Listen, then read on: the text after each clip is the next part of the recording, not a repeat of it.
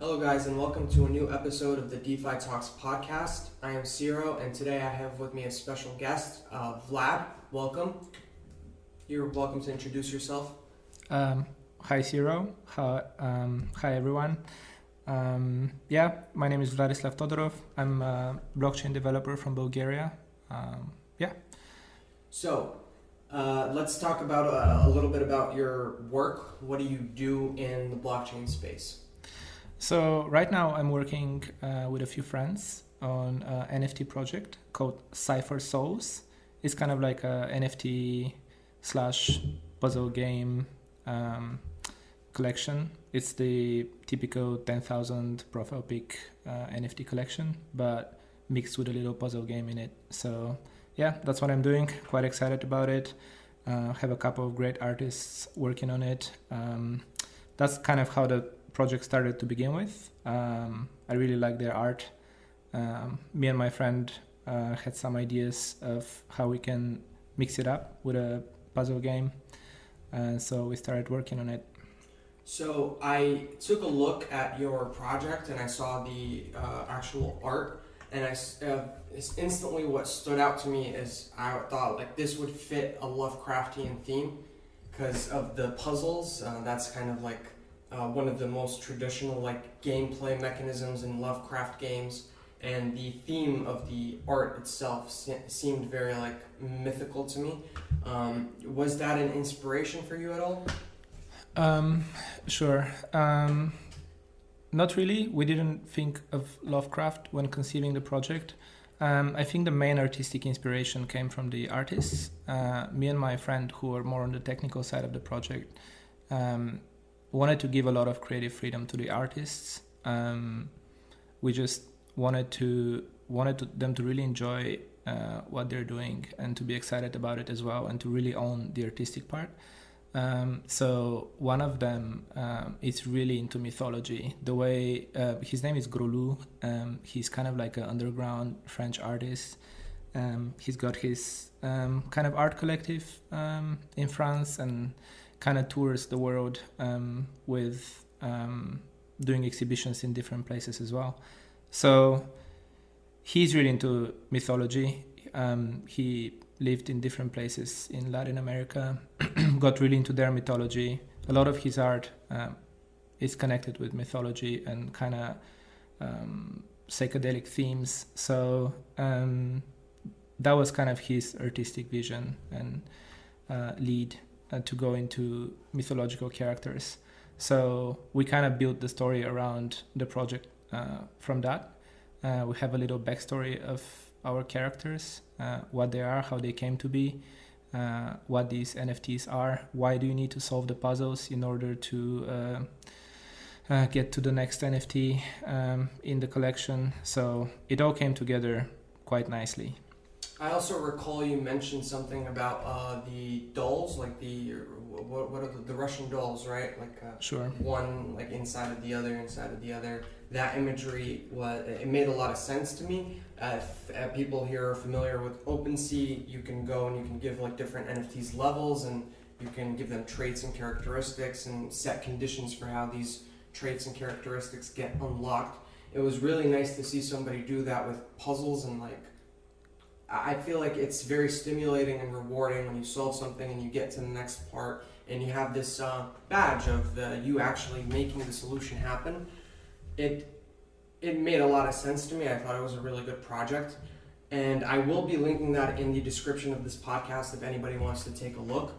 So maybe we could pivot a bit and talk about the technical side of this. So how are you involved? What is your role in this, and where do you see it going in the future? Sure. Great comment about the puzzle mechanism there. I probably should back up a little bit and explain the puzzle part of the project to make it more clear. So yeah, indeed, at some point in the project, we thought of the metaphor, we thought of it as kind of nested Russian dolls or matryoshki kind of mechanism, just as a metaphor of what happens when you solve a puzzle in the project. So Yeah, artistically it doesn't have to do, or visually, with Matryoshki or the Russian dolls, but where we thought of the metaphor with Russian dolls came from the fact that with our project, when you solve a puzzle, so there's visual puzzles hidden in the NFTs, and when you do solve one of those puzzles, you get another NFT from the same collection that is kind of nested within within the NFT whose puzzle you solved, and then you get the next one. You solve that puzzle, you get the next one. So they're kind of quote unquote nested within each other. So this is a very fascinating idea to me. One of the biggest complaints that people have about NFTs is the lack of utility for them, and just the price is constantly fluctuating and downward trending for all these projects because of the nature of it. It's art. Most art doesn't end up being extremely successful, not for the reasons of the art itself, but more so like the markets. If you can't use it to live or build or stuff, it ends up being a bit redundant, especially in bad market conditions where people have to sell stuff. So the puzzle part adds something interesting to me, and when I heard about your idea, I thought about extending that to educational platforms. So the way, if anybody here has used I don't remember what they were called, the teaching, those teaching platforms. Sure. Yeah. So you could add this mechanism as a kind of white labeled service into teaching platforms and unlock different parts of the website or the app or art depending on how much a person knows. So you have the read a prompt or watch a video, and then they can answer a puzzle or answer a riddle or something. Sure. And that gives them access to more stuff. And that mechanism to me seems extremely valuable because it could be plugged and placed anywhere, and it could be really beneficial. I see it working with blogs, I see it working with videos, I see it working with any kind of image content. So do you see this being something that you're going to be pursuing long term? Sure, that's a great question. You were actually kind enough to mention that idea once. I thought it's a great idea. I was also talking, you and I were recently at ETH Warsaw, Yep. the conference, and I was talking about my project with a few people, and their heads kind of went in a similar direction as you. That I feel like with the new generation, or I don't know, Generation Z, I guess, being more and more digitally native, comfortable using and playing with new technologies. I feel like this could be solving kind of educational puzzles in order to get to some next level in an educational course, and receiving NFTs as a reward along the way. That could be a great incentive. It could be interesting. I would be interested in working in that direction. Probably not for that collection. I guess part of our inspiration from the technical side point of view was also to solve interesting technological problem that we wanted to solve, which was to basically when you solve a puzzle in our NFTs, we wanted to unlock another NFT in the same collection rather than unlock a VIP area on the website or some other item that you can unlock by owning the NFT or whatever, which has been done, I guess, in other projects. We just, because we're also using this project as a learning opportunity, me and my friend who are on the technical side, we were also interested in just solving that technical issue, which is you buy one item from one collection, and doing something with it unlocks another item from the same collection. Well, I should mention specifically how it's implemented is that you already own that second item. It's just invisible to you. It's invisible to it's not visible to anyone. So you have to solve the puzzle for it to be public to anyone. So yeah. I've been working with people that are trying to work on a big issue in my field and in a lot of other fields, honestly, with the advent of all social medias and online work. Reputation is extremely important, and just being able to prove that you are capable of doing something is a big driving factor in who you work with, when you get hired, how much you make. Because a university degree now, while it's very important, a lot of the type of work that I do, it's just people from all over the world that some of them are educated, some of them are not. And figuring out how to pick apart the talented people, the competent people out of the rest of the hiring pool is very difficult. And it takes a lot of energy, time, and research. Mm-hmm. So one of my friends and someone that's been on this podcast before is working on a project that will give NFTs. They're called soulbound NFTs. I think it's an ERC 721S standard. I'm not sure exactly, but you can't transfer it after the initial transfer. Oh, interesting. And we have this thing called bounty hunting. So people put up an issue on GitHub to solve some coding problem. When you complete the coding problem, a NFT gets automatically minted and transferred to you with a link back to the GitHub issue, as well as a kind of a comment or a review from the original owner of the project. And what this seeks to do is have all your reputation and all your work under one wallet that you could present to anybody and just immediately tell them, like, I've done this, this, and this in the past, and I am capable of working on these things. Here's all my history collected in one place. I can't transfer it, so nobody else is going to be able to present as me. It would prevent a lot of scams, fraud, wasted time. And I think that this mechanism is part of that solution. Sure. Because from the technical side of things, you're right. One of the issues again with NFTs is like you buy a thing and it's just there. Mm-hmm. That's it. That's the end of the story. But the fact that you have to keep going and keep pushing and learning and solving problems to keep getting more and more of what you bought seems to me like a great way to engage people. Yeah. No, I totally agree. The project that you mentioned or you described sounds really interesting. Just goes to show that it's a completely open field.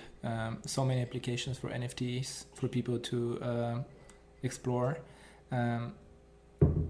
Of course, we're all aware that they have a really bad rap right now because of,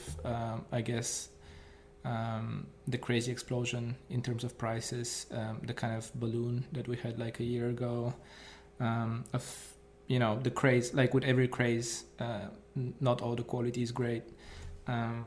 And some aspects of the craze didn't really make that much sense. But that's a completely separate fact from the fact that there is so much to explore. With our project specifically, it's kind of... I will also go back to something you said before about the crazy fluctuations in price and what the users are now looking for some utility to buy a project. Our project is basically a fun one. We're definitely going to sell it at a really affordable price. The people who buy it should buy it the way that they buy a pack of, football or soccer cards or baseball cards or Pokemon characters or whatever. They should buy it because they enjoy the art. They should buy it because they want to play some fun puzzles, potentially win some rewards from the puzzles as well. We're considering putting that mechanism as well. We're definitely going to support a charity as well at Mint. So definitely don't buy our project with a speculative idea. If you want to check out the project in the description, I believe you will enjoy the art and you should get it for that. I can confirm. I looked at the art and it's very good. The project is a very sound project, and I understand what you're saying about people shouldn't buy things only to find utility out of them. There should always be things that are just there for fun, that are there for collection purposes, and that are there to maybe get a little bit of education or, think a little bit harder about something and keep themselves distracted for a bit. Not everything has to be in the pursuit of utility and functionality, that's very exhausting to keep up with as a developer. Sure. I mean, just to be clear, I didn't mean to disagree with you. I agree. It's great to have utilities in NFTs. I guess you can, in an abstract way, think of the fun aspect of our project as its utility.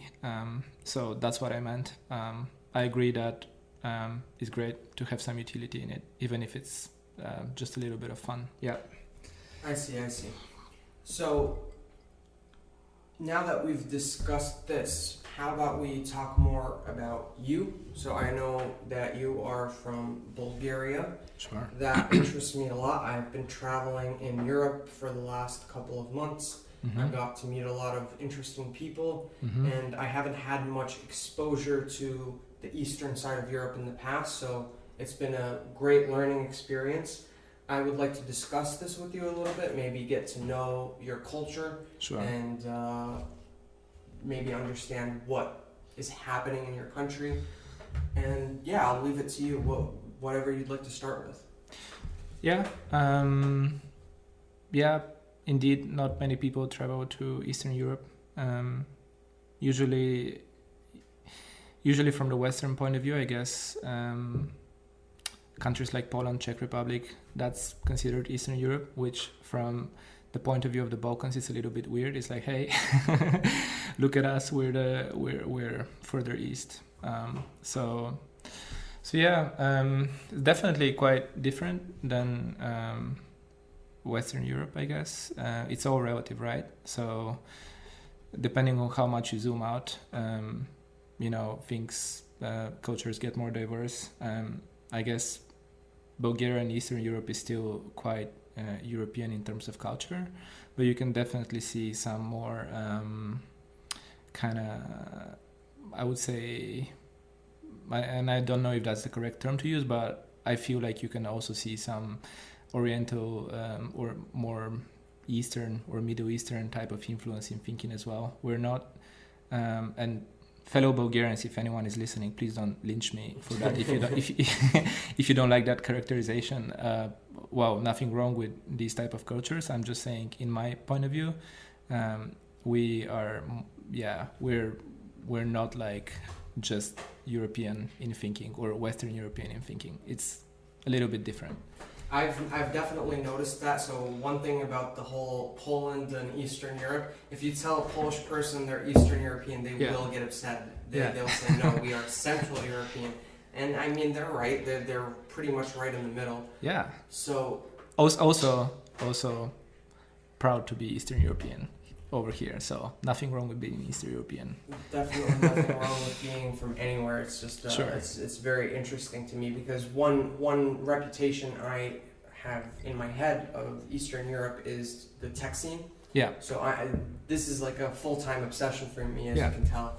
And I've known many extremely good developers and computer scientists from Eastern Europe, from Central Europe, and I wonder what is producing this exceptionalism in this field. Why are people so driven to this field? And what was your experience like as a programmer in Bulgaria? That's a great question. I really enjoy this question because I think about this a lot. To be honest, with any social question like this, I'm sure the truth is really complicated, but I'm pretty sure that there are a few factors there that I'm aware of that are part of it. So indeed, Bulgaria, like the IT field, is really booming. There's a lot of people working as programmers or more in general in the IT field. And it's always been like this. It's not like a recent thing that grew with the growing of the tech scene. Of course, that we grew with the growing of the tech scene proportionally as well. But it was always strong. It was always up there. I remember when I graduated, when I was studying my computer science degree, which was like, I graduated 11 years ago. I remember the statistics back then was that Bulgaria was like top 5 exporters of IT talent in the world, not per capita, but like as total volume. It was basically up there with India, Russia, China, Ukraine, and Bulgaria, which is insane because it's like we're 6.5, 7 million people. I got my bachelor's in the States, and I felt a little bit too privileged coming from Bulgaria, which is a weird thing for a Bulgarian to feel privileged somewhere. There's some negative stereotypes, but it's like everyone, like all my professors had worked with Bulgarian people. They were telling me about Bulgarian computer science books they read. Everybody like already had an expectation that I would be great at it because I was Bulgarian. I was like, God damn. I mean, it worked as a positive reinforcement for me. It's not like it was intimidating, but I totally did not expect it. So I kind of looked into it. I was quite interested as well. And I think there's a few things. First of all, I think in general in Eastern Bloc countries, I like behind the Iron Curtain, math was really stimulated. It was always taught at a quite decent level at school. It's within the culture. We like growing up, you hear about, I don't know, people who score really high world champions in math competitions coming from your home city. So it was always great. I remember when I studied for the SATs, I basically did not prepare for the math SATs at all because it was for me it was like several grades behind or whatever. Like at the end of high school, like you already do calculus just in a public school. So I think that's one thing that just like traditionally these countries cared about math. So I guess it also came natural to apply theoretical science thinking and math thinking into programming. So that's one thing. Another thing that I think is specific for Bulgaria, and I don't know about other countries because I don't know the history so well of the region, but our socialist government basically reverse engineered the Apple computers. I believe Apple too, and they called it Pravets. And Pravets is like a small town from where our socialist leader came from. So he built like a computer factory in there. So it was quite unique for the Eastern Bloc that we were producing our own computers in the 80s. And so not everyone, but like a lot of people had computers at home quite early on. And then when the 90s came about and the Soviet Union fell apart, everyone basically like lost their job. The switch between different economies hit everyone. The supply chains were crazily disturbed. We were totally dependent on raw materials from Russia. Everything was based on that. All the trade deals fell apart. The transition was not seamless. So you have all these young people with computers at home and they started hacking away. So in the beginning of the 90s, Bulgaria, and I'm not really proud of that, but I just know it as a historical fact. We were at some point called the virus factory of the world in terms of computer viruses. Like computer viruses were coming out of Bulgaria like every week when there was like one virus coming out from the rest of the world like every several months.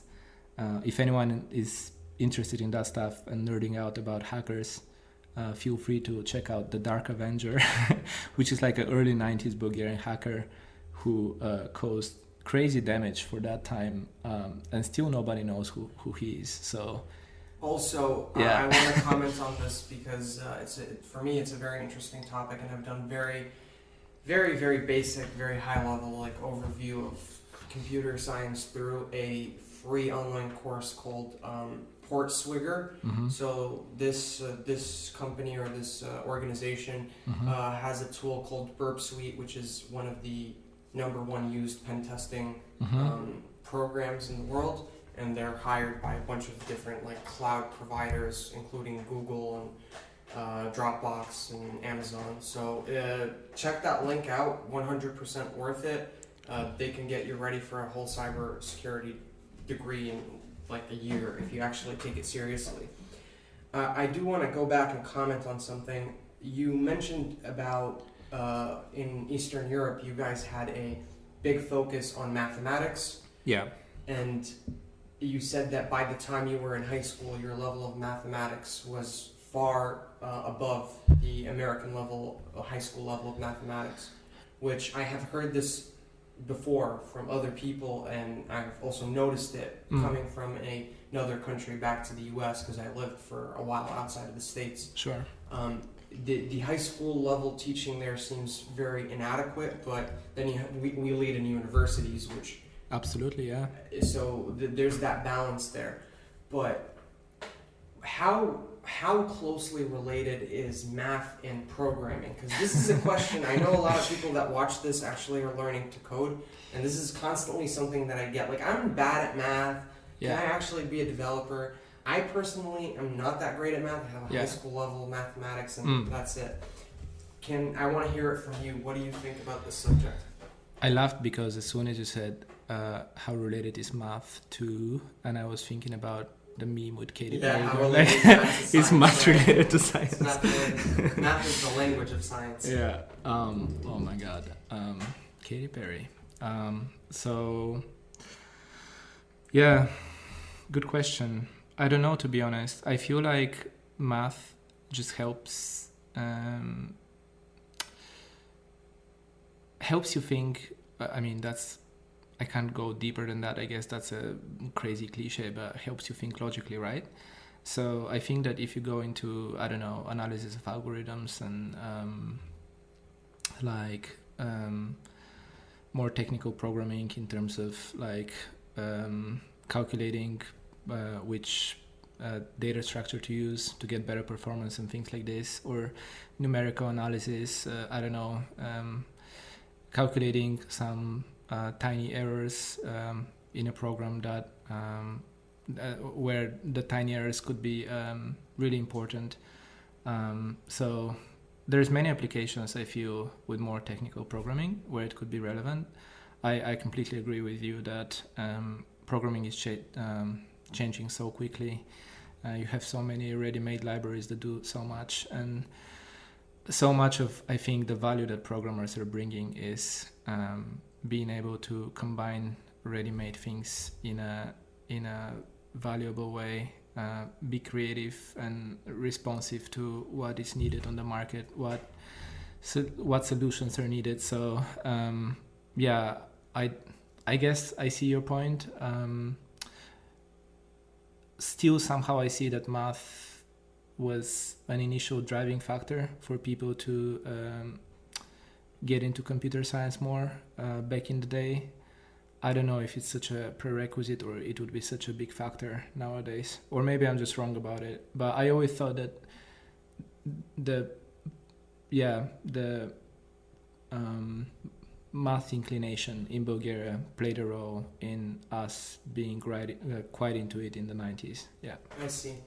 So, as someone who spends most of my time developing for things that are in the browser, yeah, unless I'm dealing with large-scale applications where 1 millisecond that is like multiplied by 1 million users will actually like take down your server, you don't have to think about that stuff now.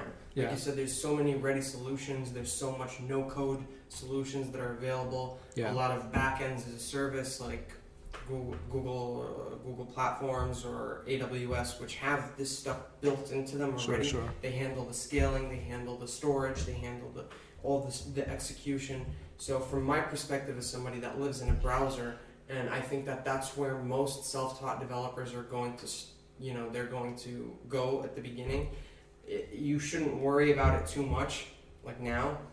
But if you want to actually master a computer and really change things and be the person that produces for the rest of the world, that you need to learn how to think logically and how to understand time and space complexity, which is related to mathematics, and like they're the same thing essentially.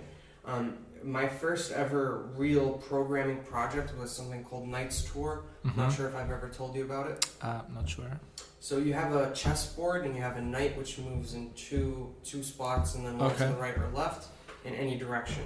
So you put it at any point on the chessboard and you have to touch every cell once without going back and touching it again.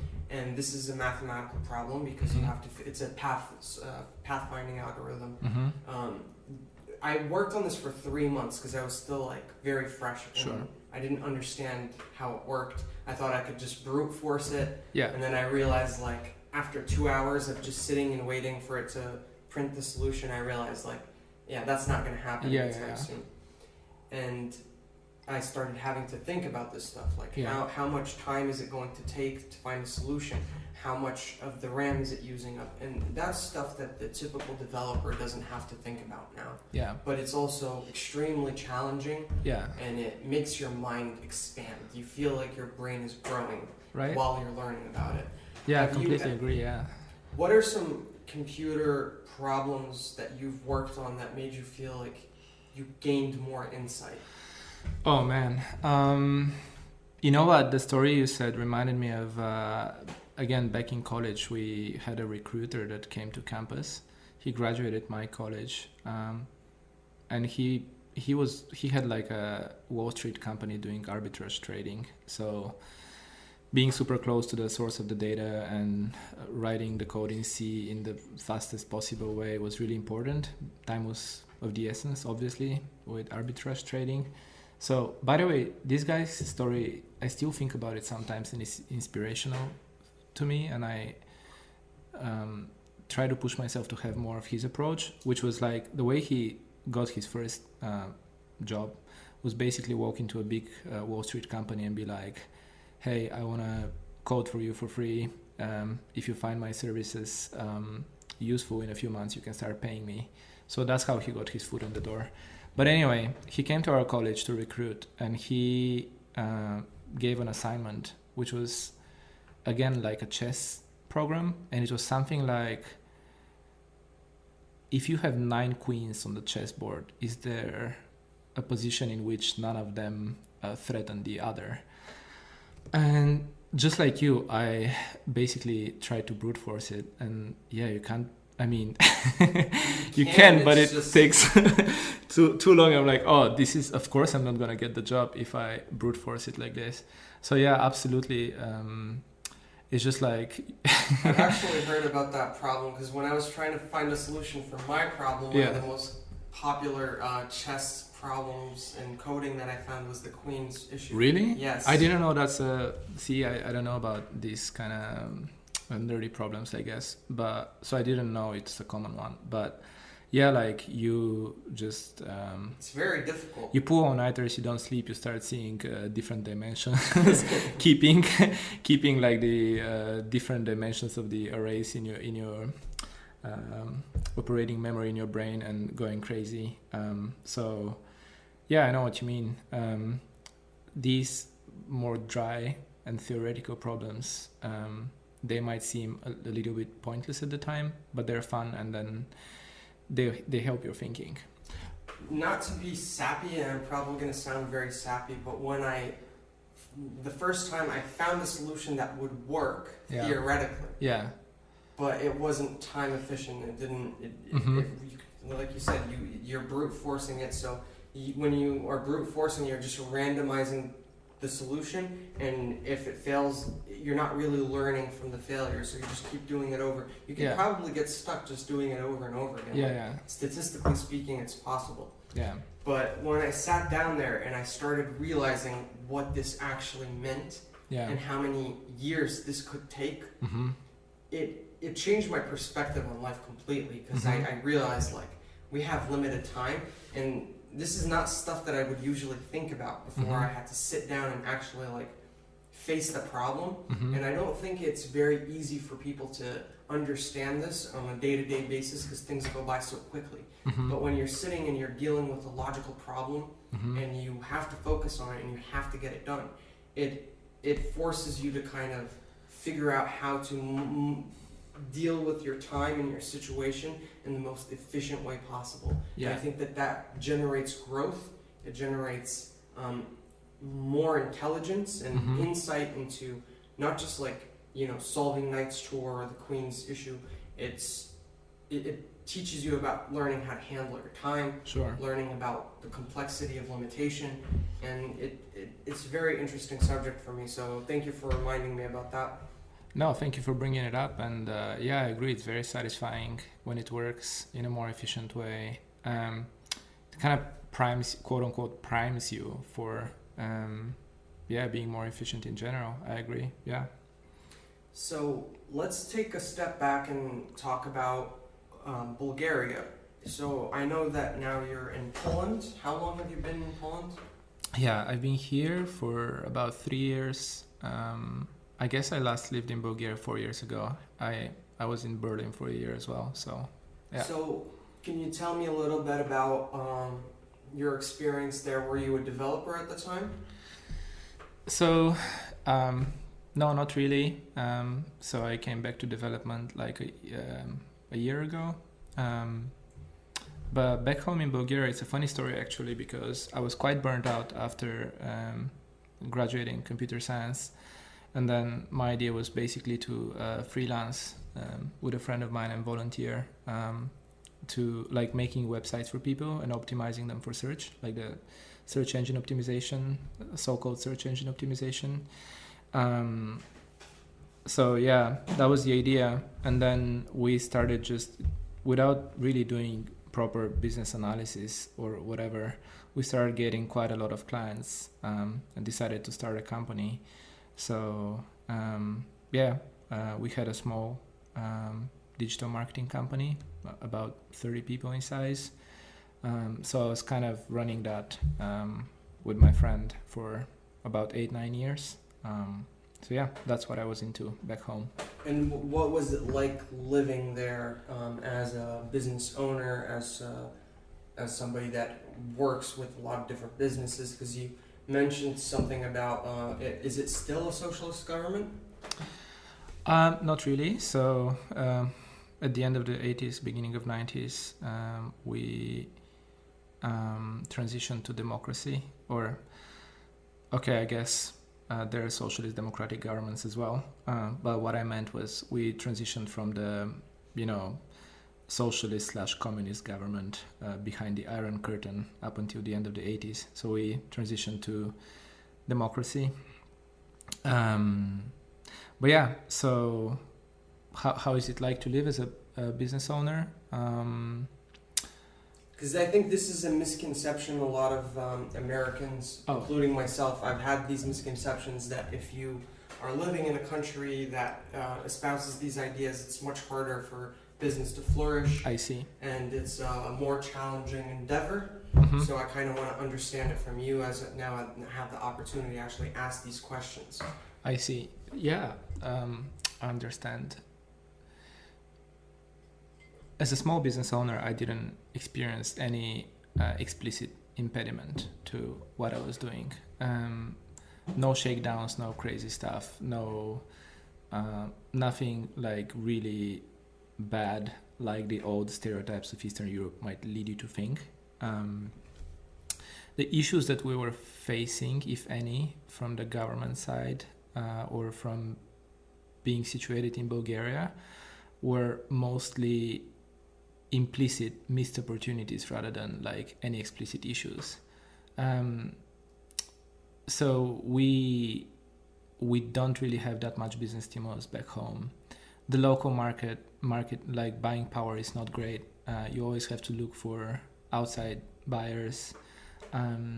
We were not limiting marketing our services to just Western Europe and the States. We were trying to sell in Bulgaria as well, but I was extremely like you could see the difference between working with a Western client and a Bulgarian client so easily, because a Western client is kind of gonna give you the budget that you ask for and judge you based on your results and not really bother you that much during the process. And Bulgarian clients, first of all, their budget was oftentimes inadequately small just because they don't have the resource. And if we take on a project like this, then you see how precious you truly see how precious their budget is to them, because they're gonna bug you along every step to make sure you're doing all right, and yeah, just a lot more tight budget, a lot smaller market back home. So as somebody who grew up in Bulgaria and having a little bit of an opinion and a little bit of a deeper understanding of how this poor economic situation came to be and how it could be different, that felt like a pity, and that felt like a missed opportunity. That's from the point of view of a small business. I should say, unfortunately, and that's not a good advertisement for my country, which, by the way, has a lot of positives, and I love a lot of things about it. But yeah, I imagine for a big business, it's quite different because our judicial system is still not working great. And at the higher levels, you still get you still have a lot of corruption. So I imagine for a bigger business, you might have some issues. You might have some issues with the government where I'm not saying explicitly, like if you have a company with 1,000 people, you definitely need to pay bribes and stuff. But you might at least be more careful about what you say publicly, or you might want to be closer to certain people. You're not completely free, for sure. And I think that, unfortunately, I say this with a lot of regret, but I don't think we are yet a great investment opportunity for foreign companies. I cannot make the weighing of pros and cons because, of course, it's a not explored market. You don't have a lot of competition on our market, so that's really attractive for a foreign company. And we have a crazy low tax rate of flat 10%, so that's also great. But understand, for the really big heavy hitters, like big international corporations, to come and invest, they for sure know that they're going to have to deal with a dysfunctioning judicial system. They're not going to be protected in case that they have intellectual property stolen from them. Or a very simple example of that is like a lot of big supermarket chains left Bulgaria because some lobbyists of the existing Bulgarian supermarket chains basically got into parliament and lobbied favorable rules for their chains against international supermarket chains. So, like, you know what I mean? Like we are driving away supermarkets. What is left to say about big strategic thinking about being able to invite big investments from technological companies? So I want to just preface what I'm going to say with, there is definitely always good and bad in every country. Yeah. And I made this post yesterday, but the line of good and evil runs down the heart of every person, and I think that this is applicable to every country in the world. Mm-hmm. Everyone has their flaws, and every country can do better. But it's good to cherish the positives, like the real advancement in the cyber space that you guys have, in the mathematical space, and your contributions to companies all over the world and businesses all over the world are extremely valuable, and people recognize that from all over the world, which is why Bulgaria is constantly mentioned in these spaces. And I couldn't necessarily imagine what it's like to live in a place where you would be limited by the government and by corruption with how much you can actually achieve. It sounds to me like a very difficult problem, and I don't see a solution in sight for a lot of these countries because it isn't only a Bulgarian issue. Sure. It seems to be an issue with most of countries that had a huge Soviet influence. And even in Africa, from where I've lived, this is a problem as well. Sure. Where we do not accept outside investment. It's not about McDonald's not wanting to open. Right. Like, for example, I lived in Algeria for many years. We had this offer for McDonald's to come into the country. That would have created a lot of jobs. It would have added some, what's it called? Traveling value for people, something more relatable for Western people. But our country continuously denied every single one of these requests because they wanted to make it on their own without the influence of outsiders. Because the way I feel they felt is that they were robbed of that opportunity earlier, and they want to make it on their own. It's kind of like a coming to age story. Sure. And it's very limiting for the people living through it, but it's also very understandable. So I guess this will lead me into a question about, we've discussed the problem. What do you think would make this better on the individual level and maybe later on the government level? Yeah, another great questions. Well, these are really deep questions, man. Yeah. Yeah, it's like, how do you solve the problems of your country? Goddamn. Let me dream. Let me get dreamy here. Yeah, well, we're very hardworking people, I would say. We have traditional working values. I think the value of hard work, you grow up with it, you don't question it. So I don't think we have trouble with that. Yeah, I don't want to paint with a really broad brush, and I think Noam Chomsky said that social issues are like, that's the hardest science because it deals with people, and it's like a vicious cycle. You don't know, it's so difficult to to solve all the cause and effect relationships and where to start from and all that stuff. And so I guess sometimes you could solve one problem which would lead to a whole different issue. Yeah. Also, but anyway, so I mean, a very obvious thing on the surface to see is that we're absolutely the epitome and the stereotype of complaining a lot, being quite negative. I think that's kind of like always comparing ourselves to the standard of Western Europe. I understand that there are a lot of people who are genuinely have a lot to complain about, are genuinely poor, but I feel like there's also a middle class it's not about being hungry or surviving, like literal survival. The unhappiness comes from comparing yourself to richer countries. So I think it can happen in a day, and we don't see many other things that are great in our country that are not economically related.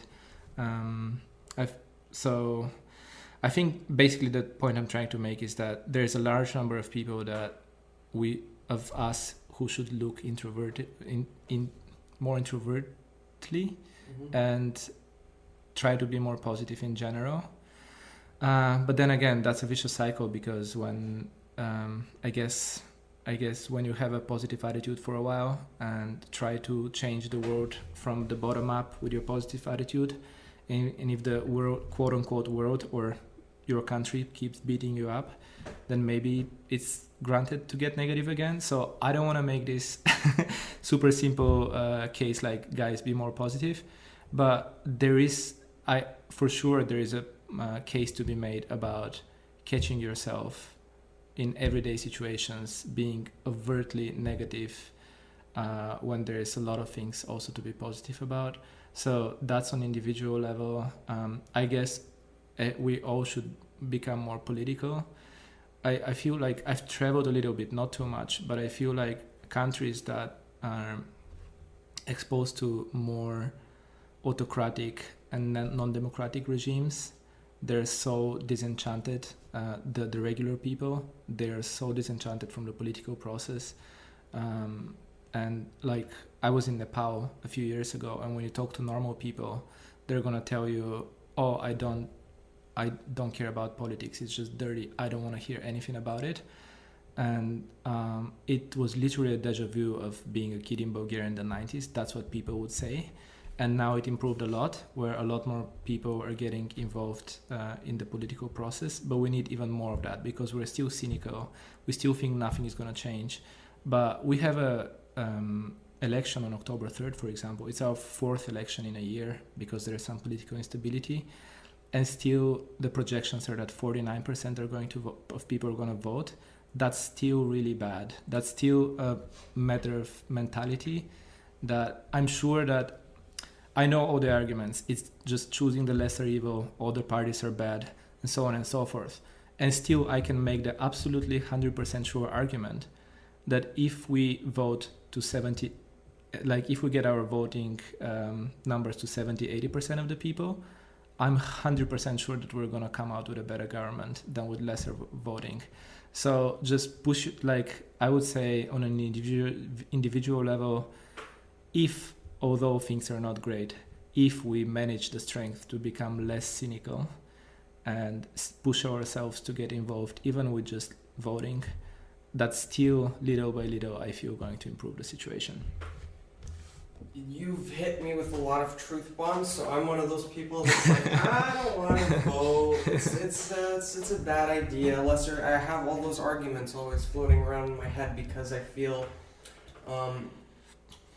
personally like nobody necessarily represents what I actually want and what I believe in, and that by going and participating, I'm basically copping out. Yeah. And I could also see it from the other perspective because when I choose not to participate in the system, I am basically casting my vote away for the people that really want it. And sometimes the people that really want it are not the people that want the best for a country or for a situation.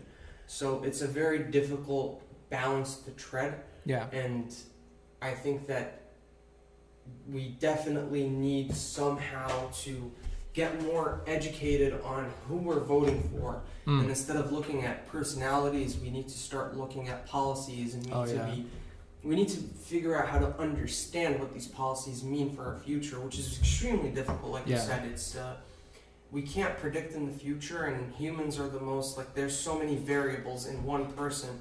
When you scale that up to 5 million people, 7 million people, 50 million people, it gets wild. Yeah, sure. So it's a real head scratcher.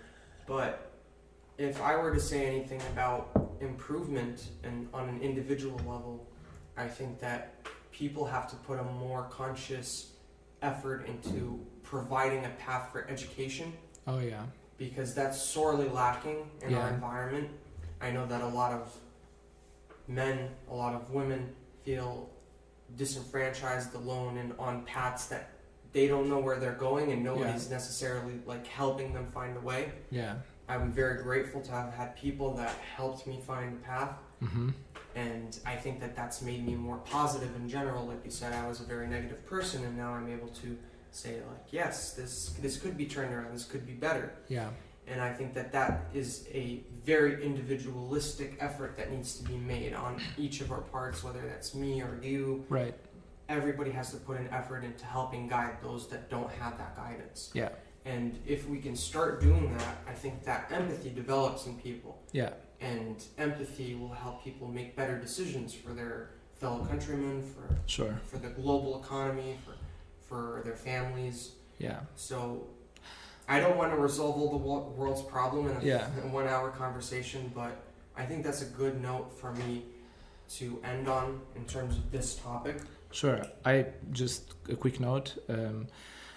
Saying all these things, I'm the furthest from wanting to sound patronizing. I struggle with these issues and cynicism and negativity as well, and there's plenty to be negative about. So all I'm saying is there's an individual responsibility there as well. Sometimes I think about it in these terms, like a middle-aged person, middle-class person in Bulgaria right now probably lives better than the kings like 150 years ago or whatever in terms of lifestyle. And it's like, if our standard affords us the shittier hotel when we go abroad or on holiday, or if we go to holiday in Cyprus rather than, I don't know, Spain, or if we get the, two-star hotel rather than the 3 or 4-star hotel, or our TV is smaller or whatever, that's that's not the reason to be truly grumpy and ungrateful for. And I know that it's such a complicated topic because, again, there are many people who are disenfranchised not because of the materialistic reasons that I mentioned, but still I think we should watch ourselves and not be we should put our energy into thinking of constructive ways, no matter how difficult it sounds, to get engaged politically. And I personally, that's how I'm going to put it. I personally try to watch myself to not think in terms of, how do you call it, envy towards the West or a better standard. It shouldn't be about these materialistic things. But anyway, you said it very well. We can't solve, in a 1 hour conversation, the world's problems. I don't know if that's a deeper insight than people already have back home. Well, it's good for me to learn more about this because I feel a lot more educated on Bulgaria, even if it's only been an hour. And I hope that people in this podcast have also found this to be educational and to have taught them something about this culture that I personally had very little contact with before meeting you. I would say very warm and welcoming people, great weather, great food. Quite chill attitude.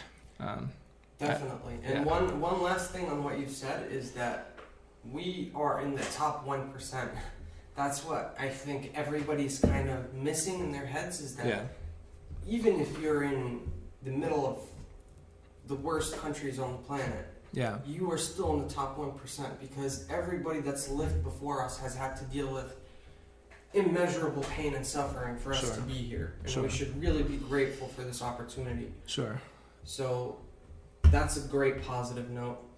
Last thing that we'll discuss today, or the last thing I wanted to discuss, is ETH Warsaw.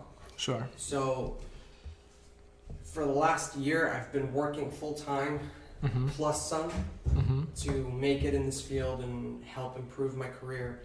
And I got to a certain point where I was very burned out, honestly, and I was very exhausted, and I started losing the joy in programming because I still loved it, but I felt like a lot of it was repetition, a lot of it was the same, make a website, there was no creativity involved in the process as much as it was like a very planned, detailed, like construction kind of path. So we went to ETH Warsaw and we built a project. It was a game of life. Yeah. That reinvigorated my programming energy. Oh man, me too. It really did. Sitting down with people, because I've been working remotely for the last 2 years, and I have sat with people and programmed, but not in that way. That was very special to me. Yeah. What did you think about that project now that we are, a month away from when we built it? What was the process like for you? And how do you look at it now? Yeah. No, I also got reinvigorated. I should say I came to the event with no expectations, and I was surprised at how great the organization was. Shout out to MakerDAO and shout out to ETH Warsaw. Honestly. Yeah, that was incredible. Free food for like 3 days, free drinks for 3 days. Shout out to free food for 3 days. Yeah. Beautiful venue. It was a pleasure to be in that venue. Great speakers. Everybody was so open-minded. I'm interested in the topic of DAOs, and there was a DAO panel, and I just got to hang out with one of the panelists and talk about some ideas, exchange contacts. That person was very open to helping out in the future if I need it. So it just goes to show, kudos to Web3 society. I feel like everybody's quite open-minded. But I did not expect the event to be as big as it was, or the quality to be as good. It was great. The hackathon and building that project, it also reinvigorated me, kind of seeing how things can be hacked, like a MVP of something can be hacked together, kind of gave me a push to not go for the bad instinct of getting boggled down into details with my own project before having an MVP of the whole structure. So it really gave me a push in that direction. That was great.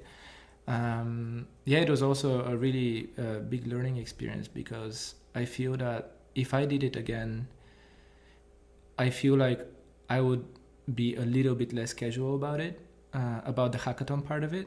You and I were in the same team, Yes. so you know that basically our attitude was like, yeah, let's just go, figure out something more or less on the spot. I mean, we had some ideas, but we didn't discuss them deeply or whatever.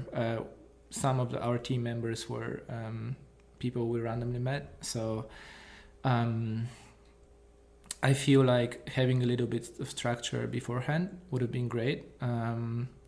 I was kind of trying to help a little bit with the management side of the project on the first day, so I realized that I didn't think deeply about that in advance. So I think that as one of our team members pointed out, I missed some points that would have been very helpful and helped us to organize better.